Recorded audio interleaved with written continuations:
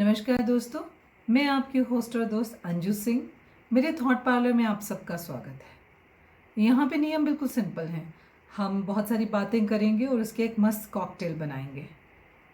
आप उसको ज़रूर ट्राई करिए। अगर उसमें से कुछ आपके काम की बात निकले तो you can take that along, और अगर आपको कोई बात नहीं पसंद आए या नहीं काम की हो तो no hard feelings, you can leave them here and carry on. So चलिए आज की बात शुरू करते हैं। आज का जो टॉपिक है हमारा वो उस दर्द के बारे में है जो हमारे अपनों के हमें छोड़ के चले जाने के बाद हम महसूस करते हैं। ये टॉपिक इसलिए कि जो मेरा पहला वीडियो था वो मैंने कोरोना के बारे में बनाया और उसके लिए मुझे बहुत सारे रिस्पॉन्सेस मिले। बहुत मोटिवेट किया लोगों ने, उन सब का बहुत बहुत धन्यवाद। जिन लोगों को मेरे विचार बहुत पसंद आए उनको शुक्रिया। और मैं पूरी कोशिश करती रहूँगी कि आप ऐसे विचार आप तक पहुंचा पाऊँ जो कि आपको पसंद आए। पर कुछ ऐसे मैसेजेस आए जो उन लोगों के थे जिन्होंने किसी अपने को कोरोना की वजह से खो दिया। सेकेंड वेव कोरोना में हमने बहुत डेथ्स देखी और फर्स्ट वेव में जो हम सुनते थे कि कुछ लोगों की डेथ हुई है, सेकेंड वेव में वो हमारे पास तक पहुंच गया, वो दर्द वो हमारे अपनों तक पहुंच गया। बहुत सारे लोगों ने अपने अपनों को इस बार खोया। तो ये वीडियो स्पेशली ये जो टॉपिक है उन लोगों की वजह से मैंने ये चूज़ किया है।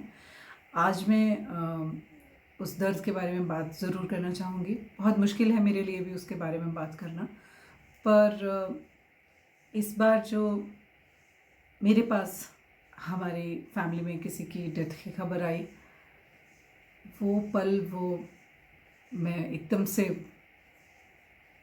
एक सेकंड के लिए मेरी आंखों के आगे उनके साथ जो समय बिताया था बचपन से, वो मेरी आंखों के आगे घूम गया।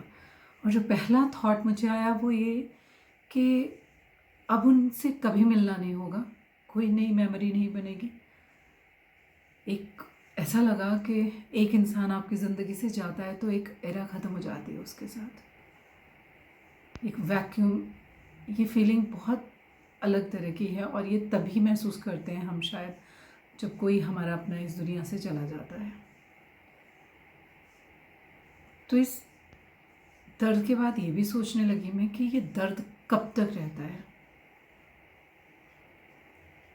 हो सकता है आप में से बहुत लोग ये सोच रहे हो कि ये पेन, ये दर्द, ये वैक्यूम की फीलिंग ये कब तक रहेगी। तो ये तब तक रहेगी जब तक हम रहेंगे,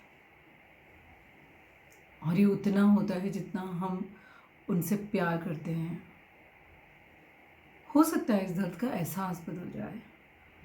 आज उन्हें याद करके हमारी आंखों में आंसू आ रहे हैं। हो सकता है आज से कुछ समय बाद, कुछ साल बाद जब हम उन्हें याद करें तो हम मुस्कुरा के याद कर पाएँ, क्योंकि हम उन्हें इतना प्यार करते हैं। तो ज़रूरी नहीं कि दर्द का एहसास जैसा आज महसूस कर रहे हैं वैसा ही आगे भी हो, पर जैसा भी हो वो उस समय के हिसाब से बिल्कुल सही है। आज अगर आप गुस्सा महसूस कर रहे हैं, आज अगर आप महसूस कर रहे हैं कि आप उनके लिए बहुत कुछ नहीं कर पाए, जो भी फीलिंग है, कोरोना की वजह से बहुत सारे लोगों को ऐसा लगा कि हम उतना कुछ नहीं कर पाए, शायद हम बचा पाते, ऐसी बहुत सारी फीलिंग्स आई हैं। जो आप आज महसूस कर रहे हो वो बिल्कुल सही है। आने वाले समय में यह एहसास बदलेगा और उस समय के हिसाब से यह एहसास बिल्कुल सही होगा। दूसरी बात जो मैं एड्रेस करना चाहती हूँ, एक लिसनर ने मुझे बताया कि उसके फादर इन लॉ की डेथ हो गई। She was crying and she was telling me कि मेरे बच्चे तो अभी बहुत छोटे हैं, उनके दादा इतने अच्छे थे, मेरे बच्चे तो उनको याद ही नहीं रख पाएंगे, वो तो भूल जाएंगे ना। मैं तो चाहूँगी कि वो उनको याद करें, उनको तो पता नहीं इतने छोटे याद भी रहेगा या नहीं। तो मैंने उसको एक जवाब दिया और यही जवाब मैं आपको भी देना चाहती हूँ सबको। हमारे अपने जब इस दुनिया से चले जाते हैं तो हमारी यादों में, हमारी बातों में, हमारी आदतों में, हमारे संस्कारों में हर जगह झलकते हैं। अगर हम चाहते हैं कि वो हमारी अगली जनरेशन तक वो सब बातें, उनकी बातें, उनके किस्से पहुँचे, तो उसका ज़रिया हम ही हैं। मेरे दादाजी की डेथ हुई तो उसके 4 साल बाद मैं पैदा हुई, तो मैंने तो उन्हें कभी देखा नहीं। पर मैंने उनके बारे में इतना सुना है, माँ से, डैडी से, चाचा चाची, बुआ, मेरे बड़े भाई बहनों से, सबसे। मैंने कभी सोचा ही नहीं कि मैंने उन्हें नहीं देखा है। जब भी उनके बारे में कोई बात करता है तो ऐसा मुझे लगता है कि मैं उन्हें विजुअलाइज़ कर पाती हूँ जैसे मैंने उन्हें देखा होता है। ऐसे ही हम अपने अपनों को अपनी बातों में, अपने संस्कारों में, अपने बिहेवियर में, अपनी अगली जनरेशन तक उनका हर किस्सा पहुंचा सकते हैं।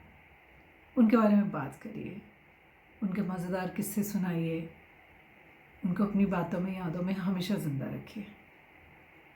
और जो सबसे इम्पॉर्टेंट बात जो मैं अब करना चाहती हूँ, हमारे जो अपने इस बार गए कोरोना की वजह से, हम उनके लिए बहुत सारी चीज़ें नहीं कर पाए। तिये की बैठक नहीं कर पाए, बहुत लंबी चौड़ी पूजा नहीं कर पाए, फिज़िकली लोगों से मिलके शोक नहीं मना पाए। पर एक तरीका है उन अपनों को श्रद्धांजलि अर्पित करने का।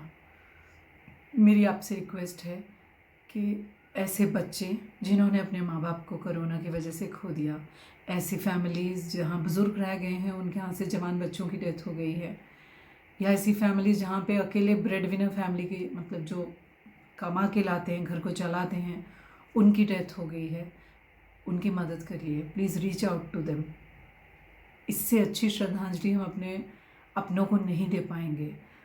ऐसी तिये की बैठक जिसमें लोग सिर्फ इसलिए आते हैं कि अपना चेहरा दिखाना है, टाइम पूछ के आएंगे, कितने बजे ख़त्म होगी, बस 5 मिनट पहले पहुंचेंगे, बैठेंगे और बस 5 मिनट बाद उठे, हाथ जोड़ के नमस्ते करिए और निकल गए। ऐसी बैठक होगी तो इससे हमारे अपने कोई खुश नहीं होने वाले जो गए हैं। अखबारों में मैं आजकल देख रही हूँ 10, 20, 15, 50 फ़ोटो एक एक इंसान की आ रही हैं। इससे सिर्फ न्यूज़पेपर एजेंसी खुश होने वाली है। जो गए वो आके न्यूज़पेपर नहीं दोबारा पढ़ने वाले, उनको कुछ मज़ा नहीं आने वाला इन फोटोग्राफ से। अगर हम उनकी याद में किसी एक परिवार, किसी एक बच्चे को सपोर्ट कर पाएँ, मैं नहीं कहती कि आप उनको 2-4 महीने का राशन दे के आइए उन फैमिलीज़ को। उनके लिए कोई प्रोसेस जनरेट करिए, कोई उनको रोज़गार करने का तरीका सिखाइए, बच्चों के एजुकेशन के लिए कुछ फ़ंड बनाइए ताकि वो आगे पढ़ सकें। ऐसा कुछ कीजिए।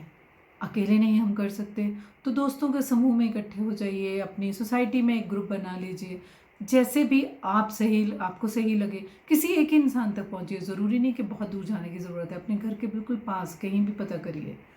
अभी पता चलेगा कि किन लोगों को सच में आपकी मदद की ज़रूरत है। अगर आप किसी एक इंसान की ज़िंदगी में ये बदलाव ला पाए तो ये आपके और हमारे उन अपनों के लिए सबसे सच्ची श्रद्धांजलि होगी। क्योंकि कहा भी गया है, खुशी अगर सिर्फ मेरी अपनी है तो ठीक है, खुशी है। अगर ये खुशी हम सबकी है तो ये त्यौहार बन जाता है। वैसे ही गम, तकलीफ़ अगर सिर्फ मेरा अपना है तो असहनीय हो जाता है, विकराल बन जाता है।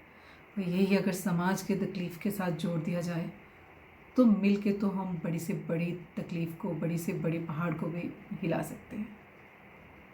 आए समाज की तरफ आगे बढ़ें और इस दुख की घड़ी में सब मिल बांट के इस समय को निकालें। और इस वीडियो का अंत में एक छोटी सी मेडिटेशन के साथ करना चाहूँगी।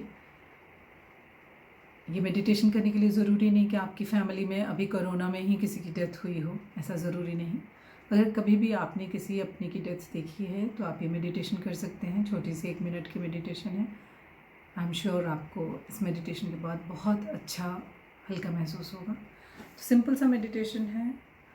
आप अपने घुटने पे अपने दोनों हाथ रख लीजिए, हथेलियाँ ऊपर आसमान की ओर, आंखें आराम से हल्के से बंद कर लीजिए। लंबी गहरी सांस लीजिए और छोड़िए।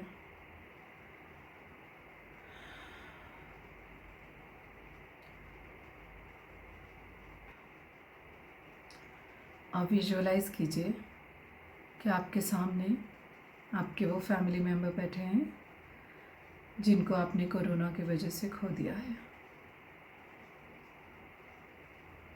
आप देखेंगे कि उनके चेहरे पे अलग ही तरह की शांति है, आँखों में एक बहुत ही खूबसूरत स्माइल है।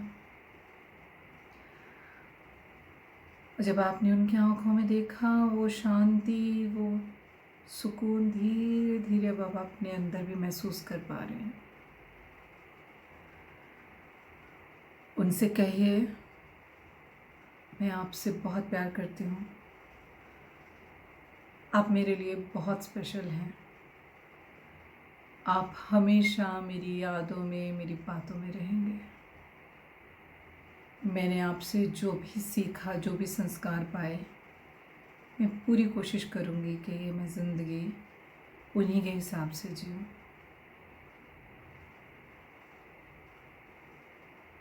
आपकी खूबसूरत यादों को बहुत अच्छी श्रद्धांजलि में देने की कोशिश करूँगी, अपने जीवन को उसी हिसाब से जी के।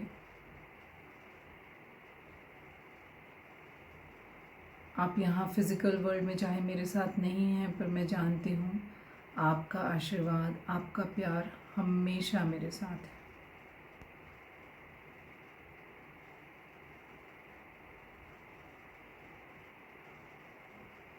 आप मेरी ज़िंदगी में आए और आपने जो भी मुझे सिखाया उसके लिए बहुत बहुत आभार।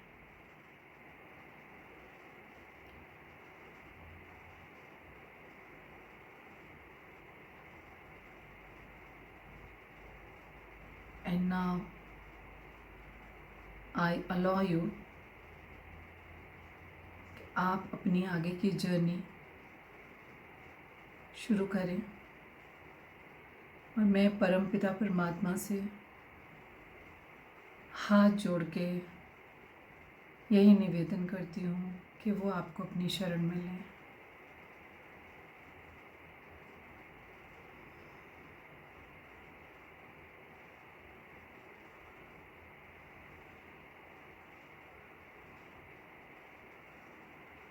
जब भी आप बेहतर महसूस करें और आपको लगे कि आप जो भी उनसे कहना चाहते थे वो कह चुके हैं, तो अपनी दोनों हथेलियों को हल्के हल्के आपस में मलें। अपनी हथेलियों से अपनी आँखों को ढक लें और धीरे धीरे अपनी आँखों को खोलते अपनी हथेलियों में खोलें।